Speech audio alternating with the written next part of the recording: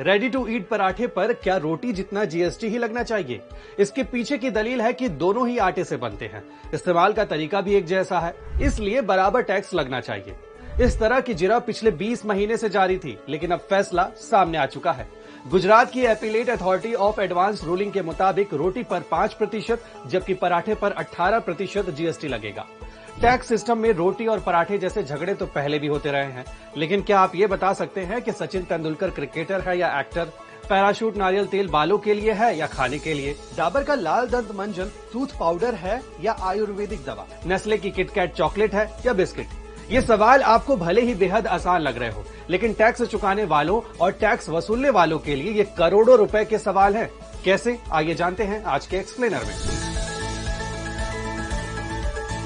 साल 2011 में जब सचिन तेंदुलकर को ESPN स्टार स्पोर्ट्स, पेप्सिको और वीजा कंपनियों से 5.92 करोड़ रुपए की कमाई हुई, तो उन्होंने आईटी एक्ट के सेक्शन 80 RR के तहत 1.77 करोड़ रुपए की छूट का दावा किया। लेकिन ये छूट सेक्शन 80 RR के दायरे में आती है या नहीं, इस पर टैक्स अथॉरिटी ने सवाल खड़े कर दिए।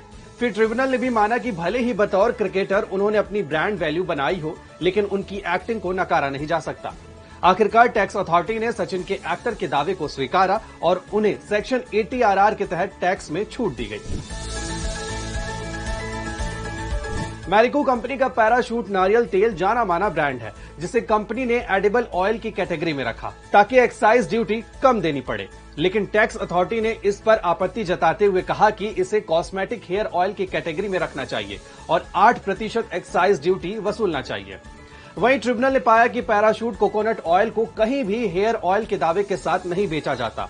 लोग इसे हेयर ऑयल के रूप में इस्तेमाल करते हैं, सिर्फ इस वजह से ये हेयर ऑयल नहीं हो जाता। इसलिए ट्रिब्यूनल ने पैराशूट कोकोनट ऑयल को खाने के तेल की श्रेणी में रखने की अनुमति दे दी। बाद में कंपनी ने पैराशूट एडवांस लॉन्च किया, जिसे हेयर ऑयल की कैटेगरी में रखा गया। दरअसल डाबर लाल दंत मंजन को कॉस्मेटिक के बजाय आयुर्वेदिक दवा की कैटेगरी में रखा गया। टैक्स अथॉरिटी ने इसे चुनौती देते हुए कहा कि ये टूथ पाउडर है जो दांतों की सफाई के लिए इस्तेमाल होता है, इससे किसी बीमारी का इलाज नहीं होता है। फिर ओडिशा हाईकोर्ट ने 2003 में डाबर की याचिका पर फैसला सुनाते हुए टैक्स अथॉरिटी के तर्कों को सही माना और आदेश दिया कि डाबर लाल दंत मंजन को टूथ पाउडर माना जाए, आयुर्वेदिक दवा नहीं। 1999 में नेस्ले अपने प्रोडक्ट किटकैट को बिस्किट की कैटेगरी में रखना चाहता था, क्योंकि इसमें 10% टैक्स लगता। वहीं टैक्स अथॉरिटी का मानना था कि ये चॉकलेट है और इससे 20% टैक्स वसूलना चाहिए। फिर ट्रिब्यूनल ने अपने फैसले में कहा कि चॉकलेट में कोको होना जरूरी है, लेकिन सभी कोको चॉकलेट हो ऐसा जरूरी नहीं। आखिरकार किटकैट को बिस्किट माना गया और इसे 10% टैक्स की कैटेगरी में रखा गया।